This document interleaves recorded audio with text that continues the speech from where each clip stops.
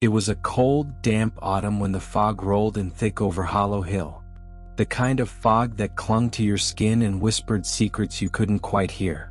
People in the nearby town of Blackvale avoided that hill like it was cursed, and perhaps it was. The house on Hollow Hill had been abandoned for decades, or so they said. It sat at the top of the hill, half swallowed by the forest, its windows long shattered, its roof sagging under the weight of time. Locals called it the Wailing House, though no one could remember why. Some claimed it was built on an old burial ground. Others said it was where the witches of Blackvale were burned centuries ago. Whatever the truth, no one dared go near it after sundown. But Clara didn't believe in ghosts. She was a journalist, skeptical, sharp-witted, and ambitious. When she heard about the mysterious deaths surrounding the house, 5 disappearances in 30 years, all unsolved, she saw a story. A big one. The kind that could win awards.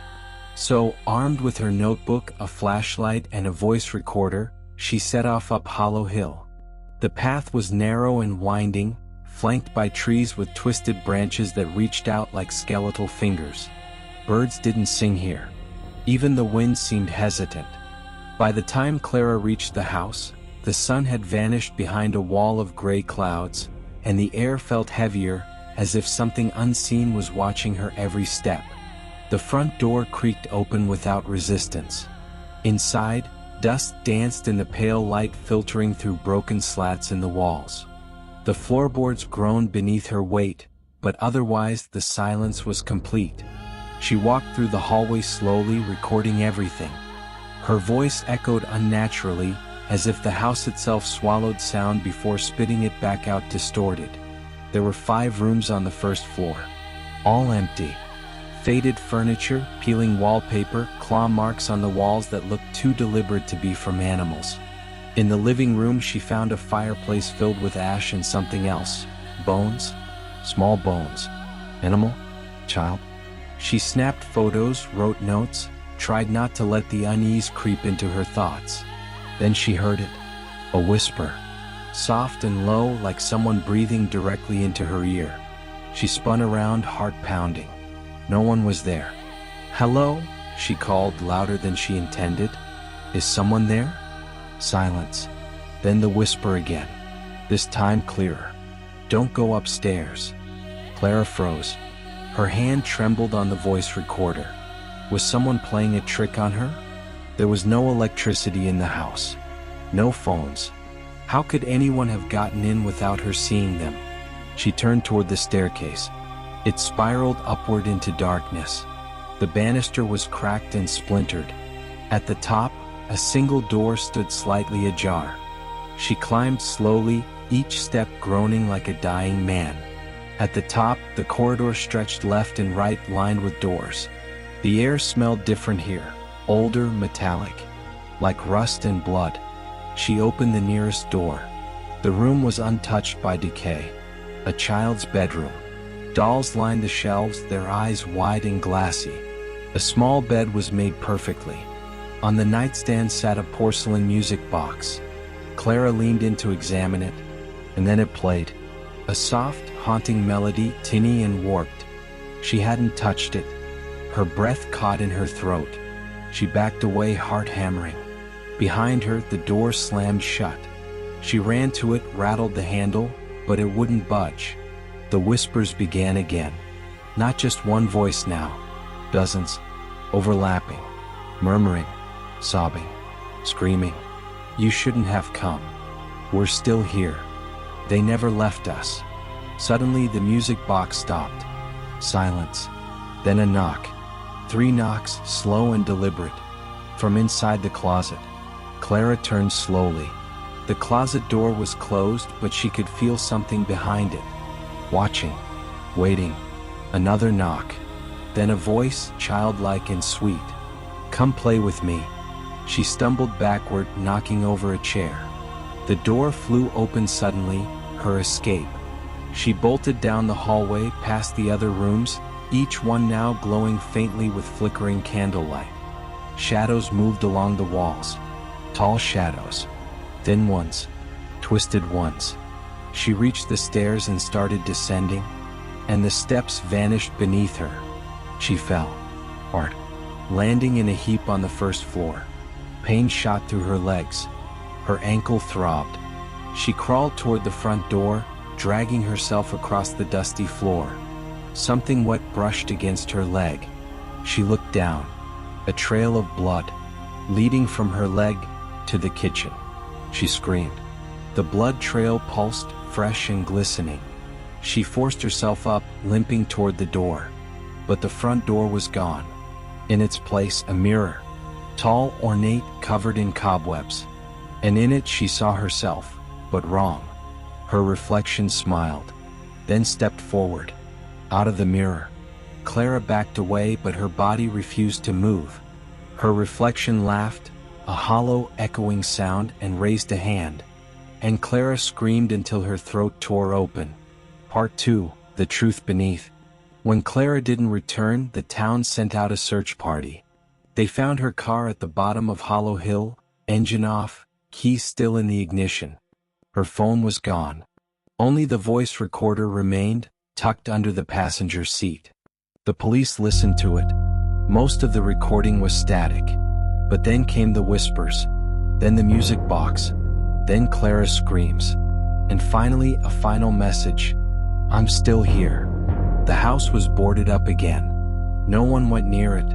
Until 6 months later, when a group of teenagers decided to spend the night there for kicks. One didn't make it out. He was found 3 days later, curled up in the same child's bedroom, his eyes gouged out, whispering numbers in his sleep. They buried him in a closed casket. The others were hospitalized. One hasn't spoken since.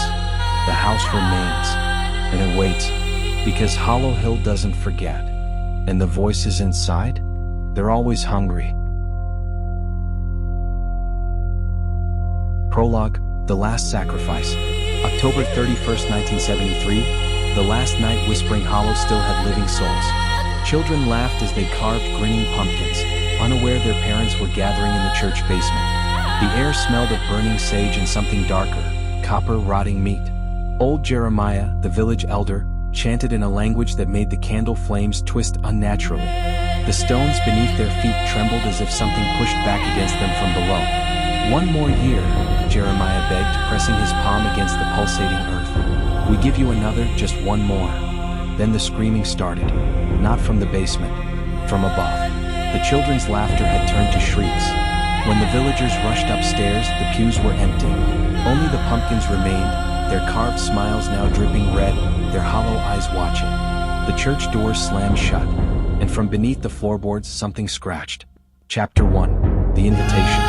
Daniel Carter didn't believe in curses, but when he found the journal, its pages stuck together in patches, dried blood, he couldn't ignore it. The last entry was a frantic scrawl. They're in the walls. They're in our skin. God help us, the hollow isn't empty, it's hungry. His friends thought it was just another ghost hunt. They were wrong. Chapter 2, The Road to Blackwood. The forest swallowed the road home. Twisted branches scraped the car like skeletal fingers. Rachel swore she saw faces in the bark, mouths stretched in silent screams. Then the GPS died. Recalculating, it hissed, in a voice too human. Marcus kicked open the door. We walk. Behind them, the car's headlights flickered once, then went dark. Something moved in the backseat. Chapter 3, The Village Awakens. Whispering Hollow wasn't abandoned. It was waiting. Rotting porches creaked as if bearing unseen weight. Windows reflected their faces, but a second too late, their smiles a little wider. Elena's camera flashed. The photo showed them standing together. And something else, a pale hand resting on Marcus's shoulder, its fingers too long, its nails blackened and cracked. Marcus felt nothing. Yet, Chapter 4, The Church. The crucifix hung upside down. Dried blood stained the altar. The air was thick with the stench of spoiled milk and something alive. Rachel traced the symbols on the walls. This isn't Latin. It's older. Much older. Then the floor groaned. Something knocked back. Chapter 5, Marcus disappears. Marcus took first watch. The others woke to the sound of chewing. His sleeping bag was still warm. His rifle lay bent into a perfect spiral, the metal soft as clay. Elena's hands shook as she played back her voice recorder. Static. Then Marcus's voice, garbled, wet, whispering. They showed me what's inside me. The other thing. It's been there all along. A wet rip. Silence. Chapter 6. The basement. The trapdoor was warped, its edges fused shut, as if something had melted it from the other side. Daniel pried it open. The stairs descended into absolute blackness. The walls glistened, streaked with thick, vein-like tendrils. Rachel's flashlight caught movement. A face pressed against the inside of the wall, its mouth stretched in a silent scream. Daniel's face. Then the whisper started, inside their skulls. You should have run. Chapter 7. What lives below? The basement wasn't a basement. It was a throat. The floor undulated beneath them. The walls pulsed. Rachel screamed as a tendril brushed her ankle. Cold, slippery, raw. Daniel's journal burst into flames. The pages curled, revealing a hidden message in the ashes. The hollow is not a place. It's a being. And you're inside it now. Above them, the trapdoor slammed shut. Something licked the back of Elena's neck.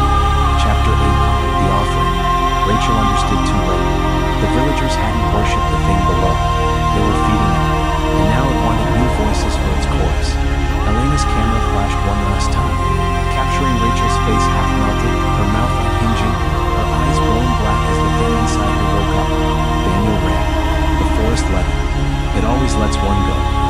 Epilogue. The hiker's discovery. A year later, a backpacker found Daniel's journal in the dirt. The last entry was written in something dark and sticky. Asterisk, it's in me now. I can feel it unfolding. So much bigger than I thought. It's not just under the village. It's under everything. Asterisk, the backpacker took the journal home. That night, she heard scratching inside her walls, and something whispering her name, in Daniel's voice.